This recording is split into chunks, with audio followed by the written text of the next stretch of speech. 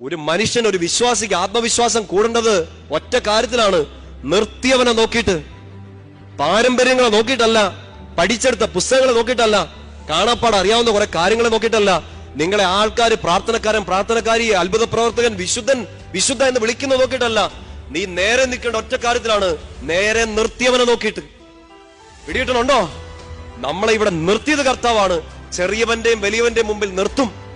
സുവിശേഷം പ്രഘോഷിക്കാൻ തയ്യാറാകുന്ന ഒരു വ്യക്തി, ഒരു കുടുംബം, ഒരു വ്യക്തി ജീവിതം, നിങ്ങൾ ശുശ്രൂഷ മേഖലകളിൽ വഴി അടഞ്ഞു പോയവരൊക്കെ പ്രാർത്ഥിച്ചൊരുങ്ങിയേക്കണം. കർത്താവെ, ഒരിക്കൽ നഷ്ടപ്പെട്ടു പോയ ചൈതന്യം, അവസരങ്ങളെല്ലാം നിന്നെക്കുറിച്ച് ഒരു കാലത്ത് ജീവൻ വരെ പണയപ്പെച്ച് പ്രഘോഷിച്ച ആളുകൾ, ഒരു കാലത്ത് മടി പിടിച്ച് അടിഞ്ഞൊതുങ്ങി ഇരുന്നവർ, ഈ തീ കിട്ടാൻ വേണ്ടി പ്രാർത്ഥിക്കണം, ആ വെളിച്ചം കിട്ടാൻ വേണ്ടി വീണ്ടും പ്രാർത്ഥിക്കണം. ചെറിയവരുടെയും വലിയവരുടെയും മുമ്പിൽ അവൻ നിന്നെ നിർത്തി അവനെ കുറിച്ച് പ്രഘോഷിക്കാൻ നിന്റെ നാവിനെ, ജീവിതത്തെ അഭിഷേകം ചെയ്യും. പറ ഹല്ലേലൂയ. ആ ചെറിയവർ ചിലപ്പോ ഇന്ന് വീട്ടിൽ നിൽക്കുന്ന ജീവിത പങ്കാളിയായിരിക്കും, മക്കളായിരിക്കും.